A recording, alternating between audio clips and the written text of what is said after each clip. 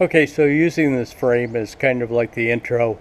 In the last episode of the Cummins or the Ford haul truck build, I left off on the Cummins after I had power washed it. I had put the valve cover on. So it's going to begin with the valve cover being taken back off again after it had been power washed. And I'm going to start disassembling fuel lines, things like that.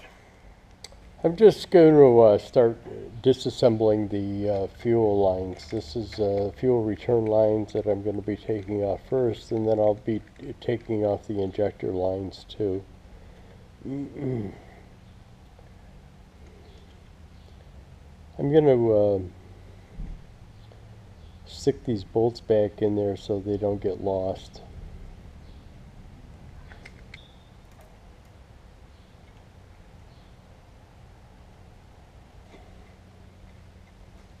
This is another one of those screwdriver handle extensions that I was talking about in my shop update video.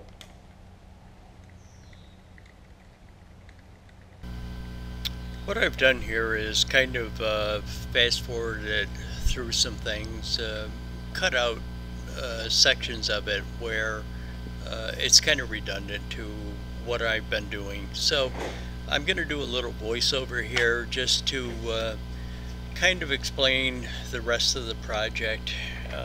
When I'm hauling, I really don't have any time to take care of some things that need to be taken care of besides working on tearing down the engine or tearing down the truck or working on the axle. There's things that have to be gotten for this truck. So one of the things that I plan on doing after Memorial Day weekend is start working on trying to secure some things. I've got to go back down to the salvage yard. One of my biggest goals is to get that transmission adapter so that I can adapt that 8.3 to that transmission so that I can kind of test fit the two of them into the chassis as a whole to see how the cab is going to fit, or more so how I'm going to fabricate engine mounts and transmission mount brackets into the frame. But all those things have to be done, and it's kind of very hard to get doing that stuff when I'm hauling also. You know, you make a haul, you come back in the next day, and your mind is kind of on working on the truck, productively working in the shop, rather than on the phone with people or having to go down and visit people. So those are things that have to be done. When I go down to the salvage yard, there's a couple of things that I have to do, and I'm not going to say that I'm going to be able to do it in one stop. But while I'm down there, I'd like to be able to take a look around and see if I can find a sleeper for the back of the truck. Also, fuel tanks. I know the guy has new fuel tanks, but he also has fuel tanks in a container, a storage container, where they were taken off of trucks. So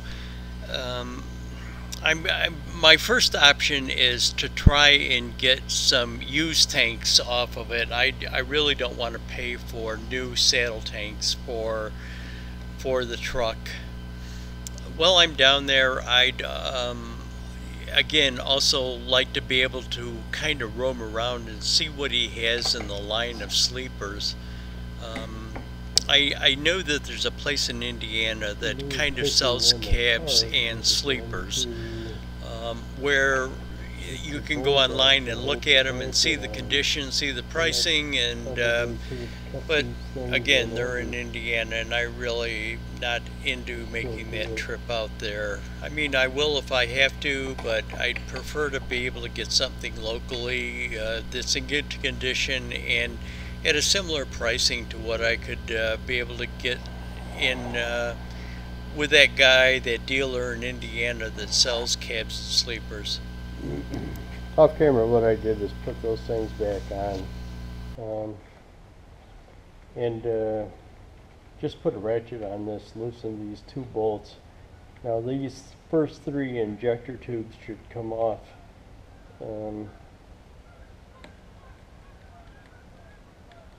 as a unit.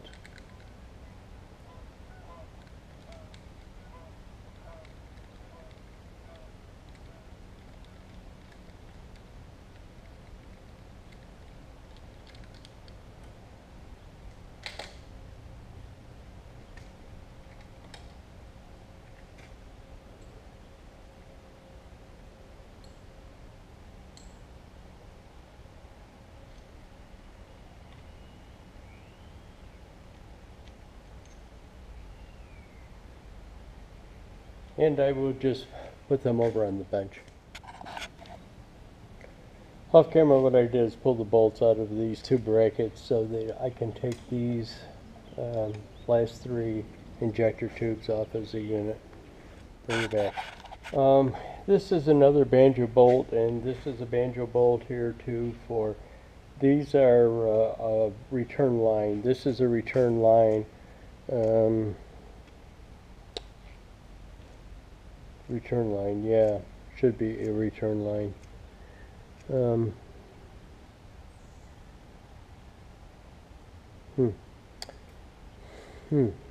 Because this solenoid valve that supplies the fuel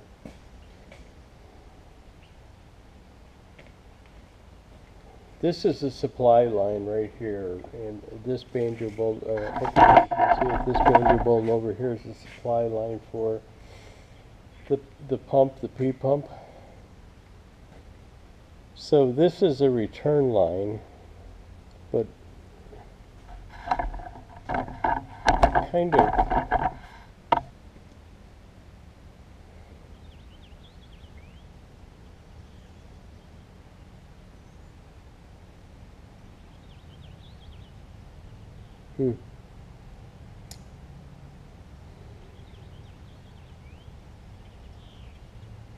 Let me double check that, because this was a return line over here.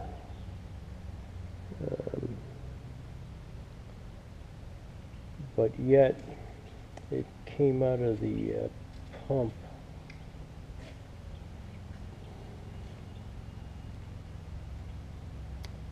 Let me double check that. I know that this was a return line. If this is, I'm not pretty sure it's not another supply line. There's not two supply lines on the P pump, but let me double check that, and I'll get back to you and let you know. I'm just going to pull some of these brackets off.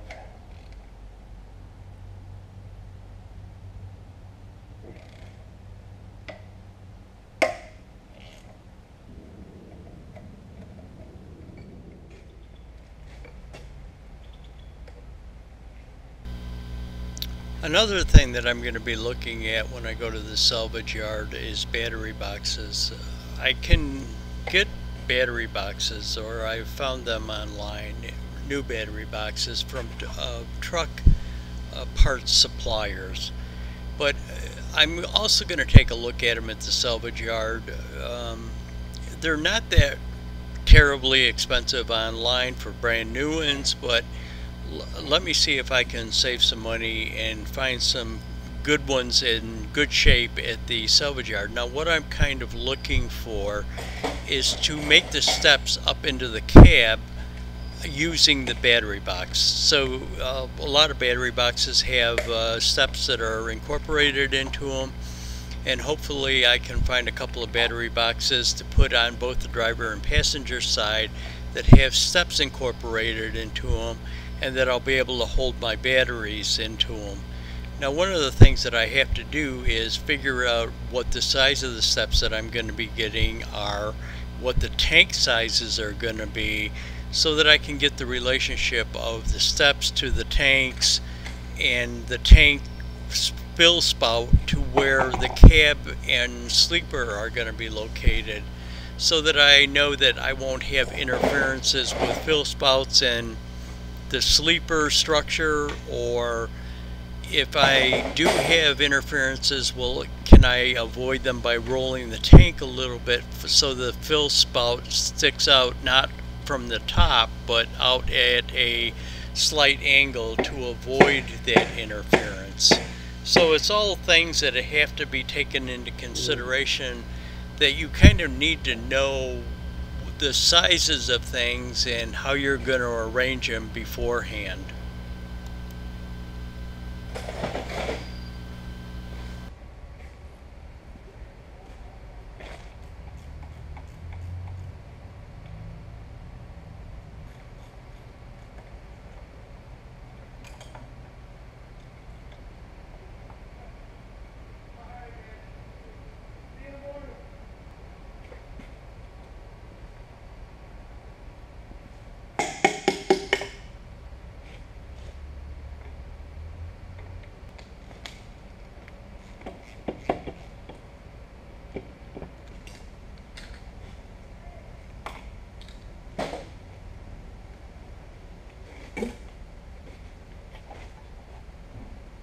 Clean.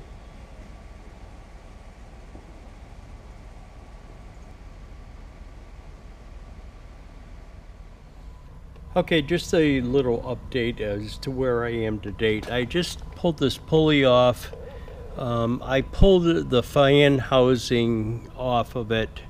That fan housing just bolts to the block. All it is just a cast iron base plate that holds the bearing and then the fan housing. So I pulled that off of there.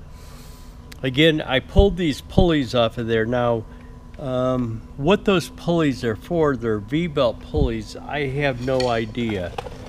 Because the serpentine belt pulley is behind there.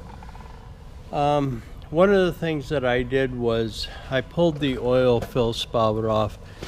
I pulled this dipstick out. Now, this engine sat in there transversely into a bus, so this thing is going to have to be mounted somewhat upright. So I'll come up with some kind of a mounting bracket for that. But basically it's coming apart. When I come back in the morning, I've got to pull this damper off, this harmonic damper, and that pulley, and expose the end of the crank. The front main seal is behind there, where the crank goes through this housing. So I want to pull that off. I'm going to pull this housing off, and so that I can get the gear set at number 1 top dead center. Then I'll pull the bolt out in the P-pump and pin that pump, so when I pull it off it's pinned as to number 1 cylinder top dead center. But it's coming. I'll bring you back. This is a dampener harmonic balancer on the engine.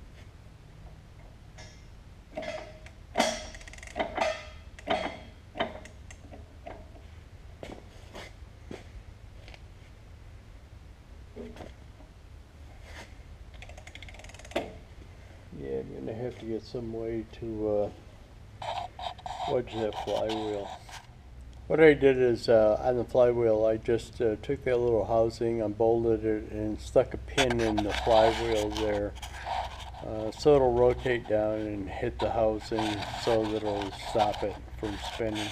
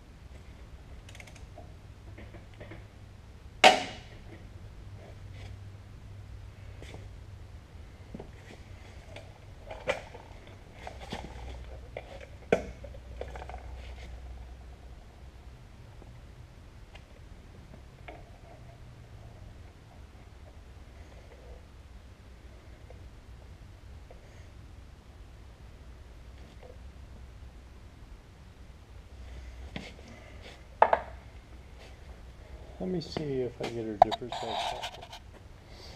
Okay, to be totally non-conventional, here we go. The bolts on these are 3/4. They're SAE, not metric.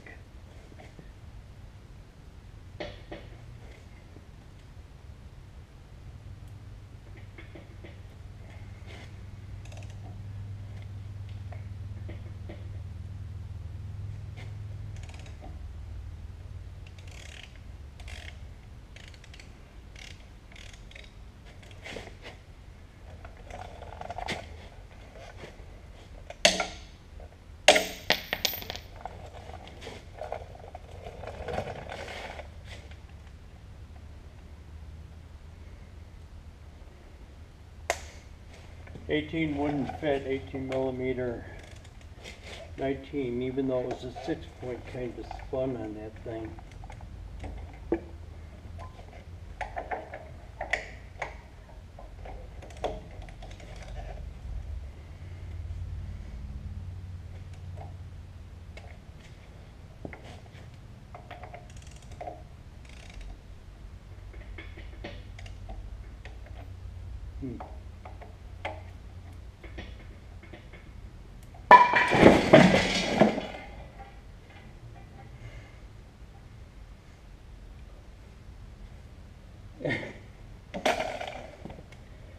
That's why I have that chain on there as a safety barrier. Okay, let me fix that. There we go. Let me tell you, when I left off, I had put a wrench on that motor and it tipped over.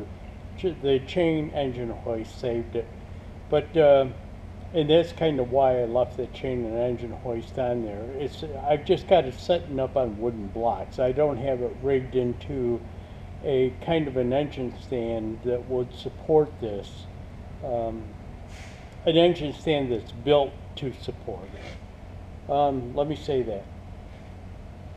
What I did was, when I told you that I couldn't get a socket on there, it seemed like it stripped out, I put that 3/4 inch socket on. I got one loose.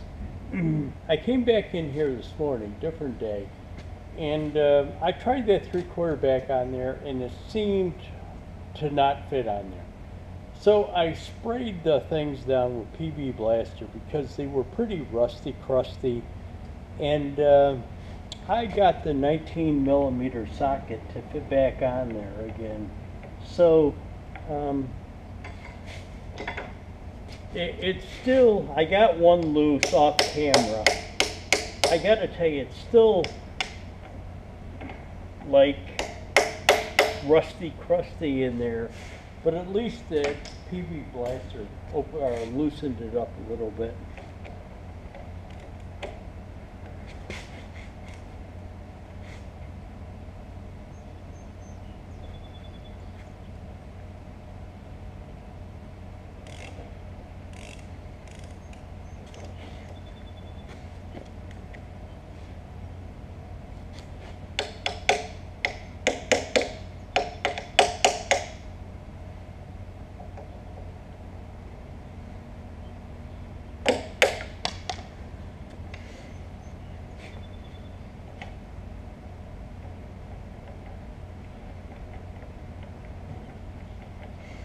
See, now that one bolt,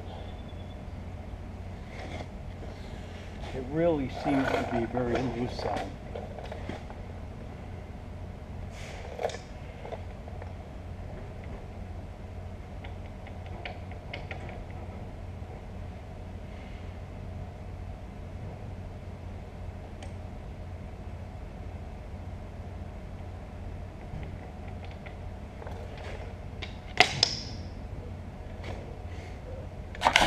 I'm going to take off the tripod. It's this one right here, and it seems to be very loose, where the other ones seem to be tight.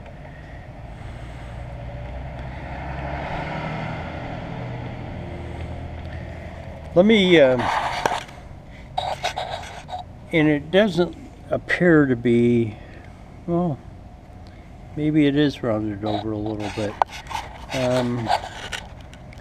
Let me go back to that 3/4 socket and see if that'll work better on it. So what I did, I don't know what's going on with that bolt. I'll take a look at it after I get them off. I went and got 11/16 and that won't fit on there. Well, I could probably pound it on, but I got an 18mm and that seems to work better.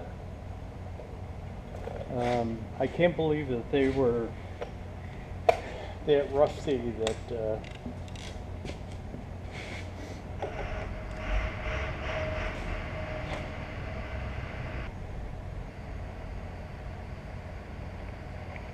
apparently they were that rusty that I couldn't get the 18mm on to begin with.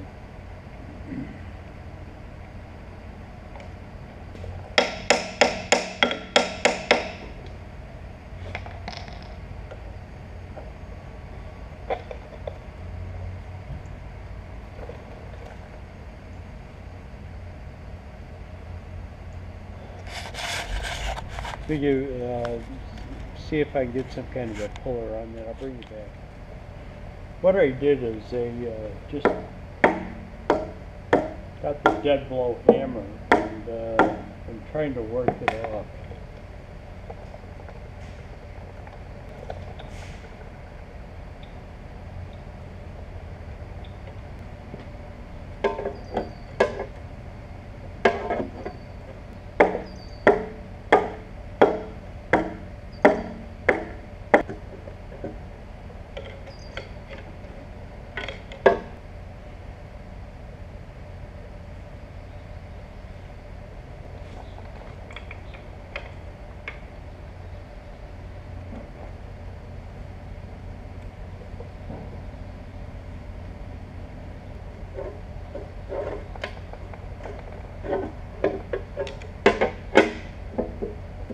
There it goes.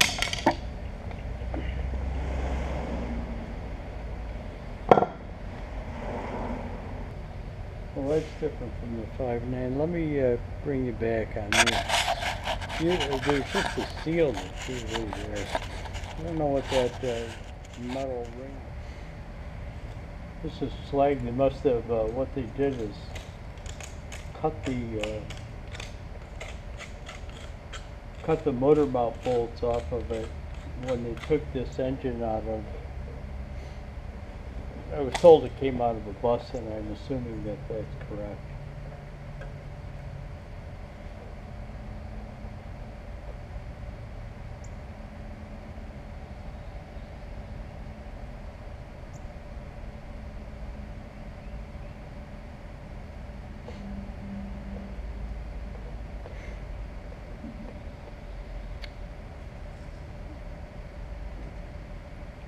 Looks like it's part of the oil seal, but again, the one on the 5.9 is not in two pieces like that.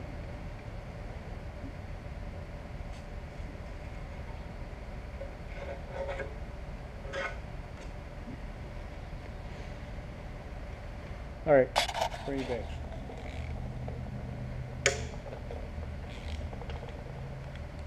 For some reason, there's a couple of them that are different.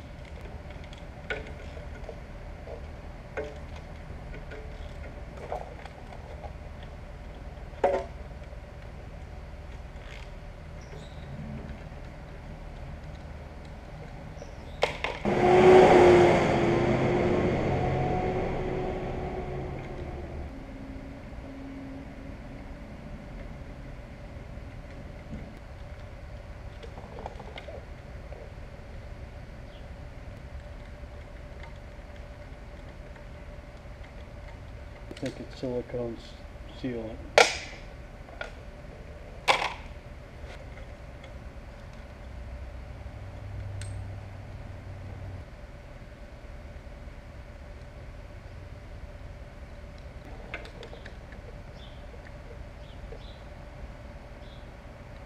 I gotta get a wrench for that stud up there. I broke it loose and taking it.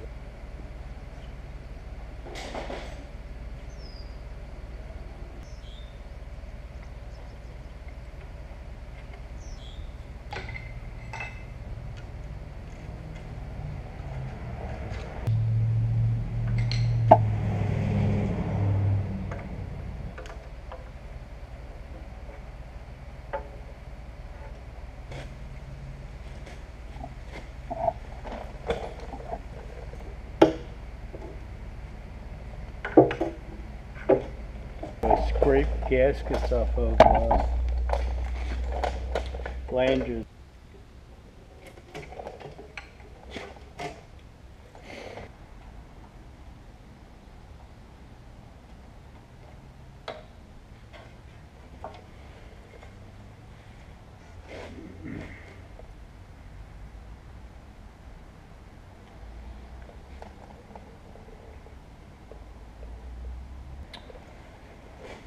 Okay, so what I'll be doing is turning that engine. I'll put the bolts back in there in the crankshaft, turn that engine until I get the timing right.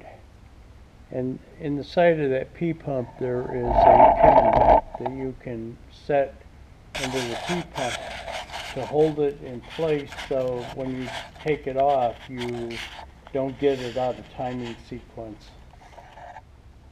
Okay, hopefully you can see it.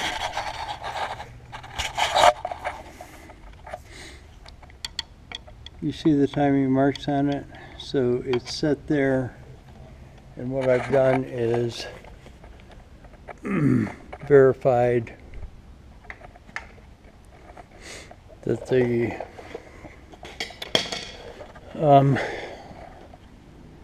piston number 1 cylinder is on top dead center. So now what I'm going to do is, and just hang on while I put you back on the traction. I'm going to pull this off of there, and there's a pin in there. I'll flip it around and I'll show it to you. Okay, so that's the way the pin normally is, and if you turn it around, it's got that slot in, which should engage into, yep.